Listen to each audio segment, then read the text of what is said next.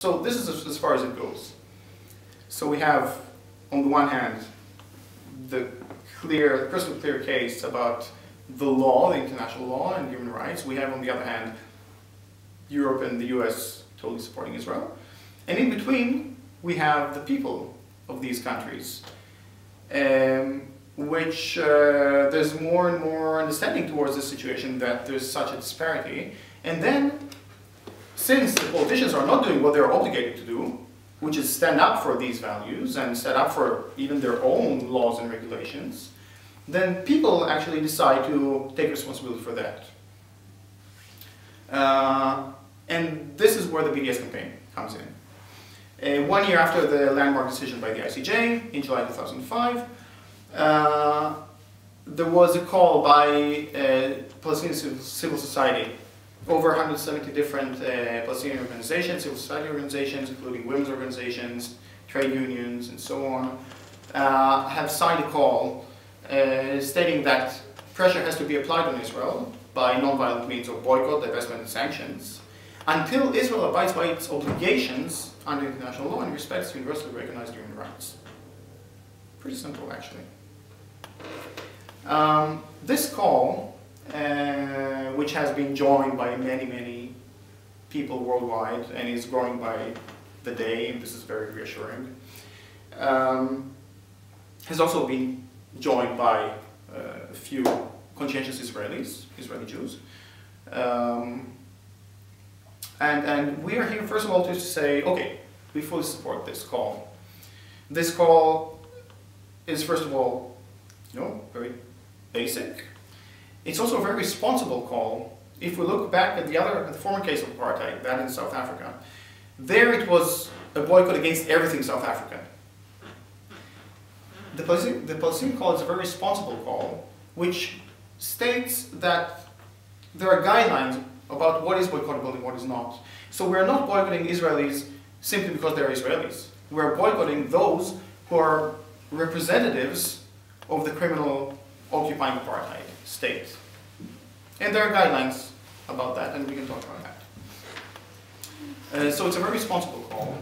It's very needed because the politicians are not doing what they are supposed to do. The people with power are not doing what they are obligated to do. And the other thing that we're saying is that, first of all, as I said, there's the crime going on. Please do not participate in crime. Secondly, let's work towards transforming the situation. So what is the BDS campaign about? There are 3 fundamental rights that have to be respected by Israel. In order, and until that time, we have to implement boycott, divestment, and sanctions.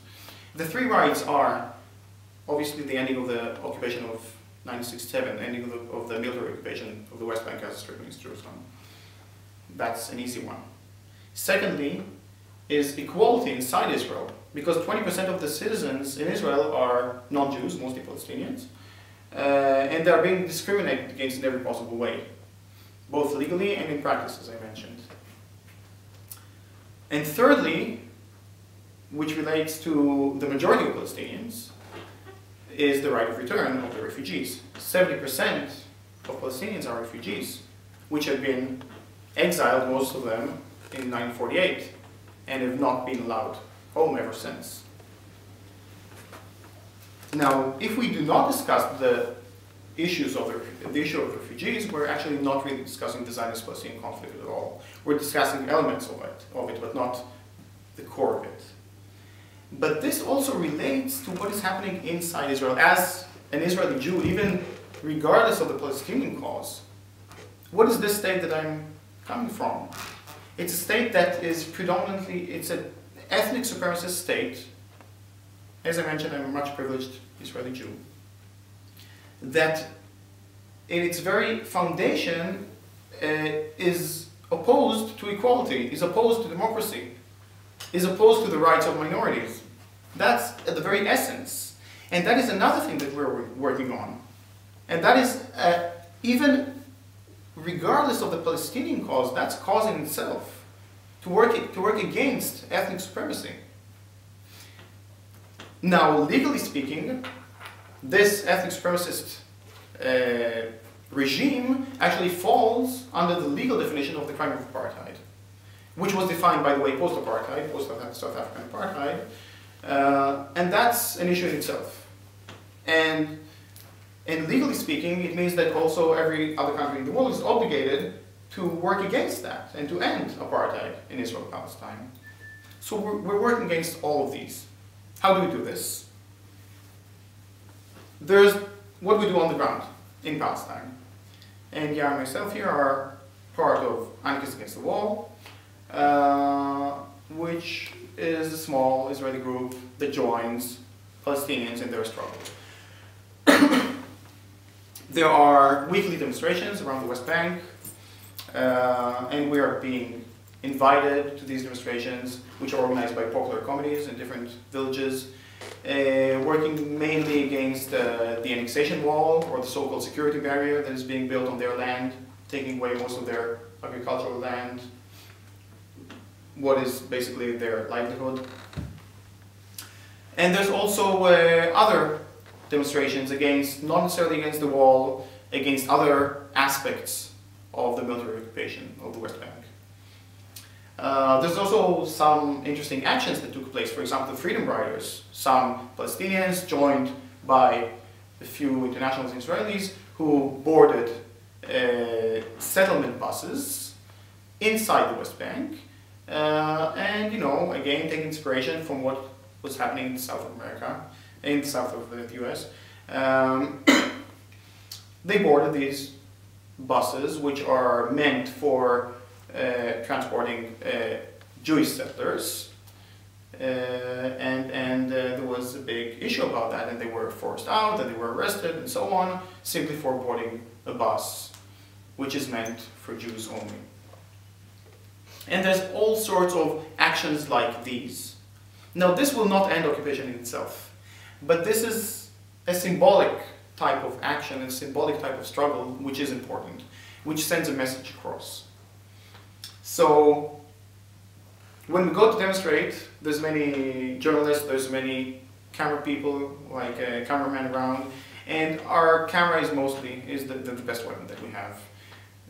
The message is simply to show the sheer brutality, the discrimination, the oppression, and to spread the word. And this is also where your role is, because it's not only up to us, it's also up to you guys to spread the word and to show the world what Israel is doing. Because when you see things on the ground, it's quite clear what is happening. The disenfranchising, the oppression, the repression, and so on. Now, obviously, I mentioned repression. Those people, those courageous Palestinians who actually stand up against Israeli oppression, they stand to lose quite a bit.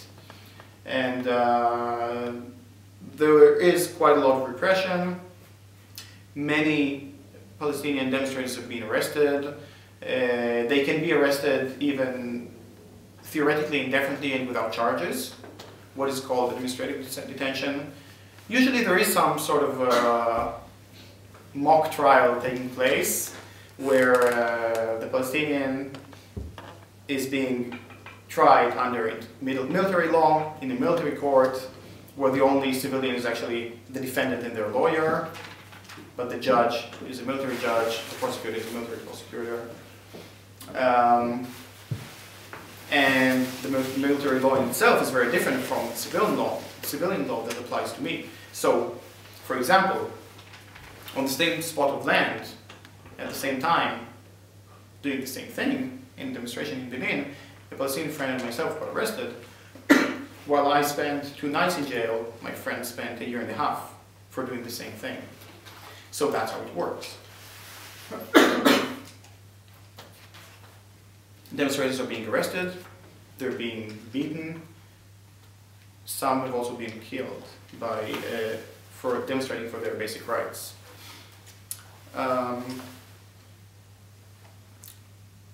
And still, this carries on.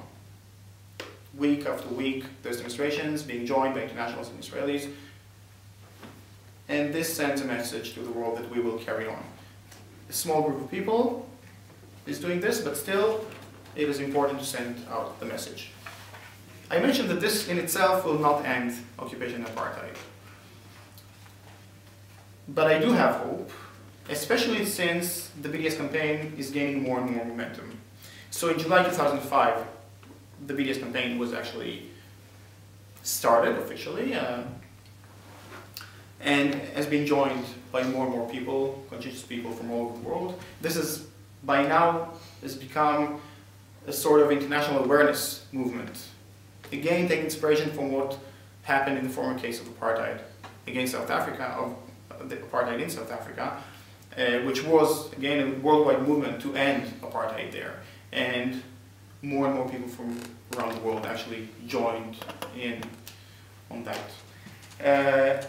And in that respect, we see a lot of changes taking place in Israel and abroad. Israel is investing a lot of energy and a lot of funding in trying to combat that. They also went as far as legislating a law that actually prohibits calling for boycott in Israel. It's a civilian offense, not a criminal offense, so I will not get arrested for doing this, but I could get sued for a lot of money simply for calling upon you to boycott Israel. So please boycott Israel.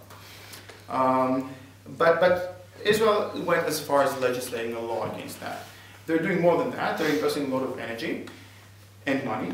And the main thing that is happening is actually trying to rebrand Israel. Now, what does it mean to rebrand Israel, really? What they're doing is actually they're trying to divert the attention from the clear, visible crimes that the state is responsible for, and they're trying to show the other face of Israel, be it its very eco-friendly products. Israel doesn't implement much of these environmentally friendly technologies, but it does sell them abroad. That's business. So they sell the place as a very environmentally friendly place, what we call greenwashing. At the same time, by the way, Israel also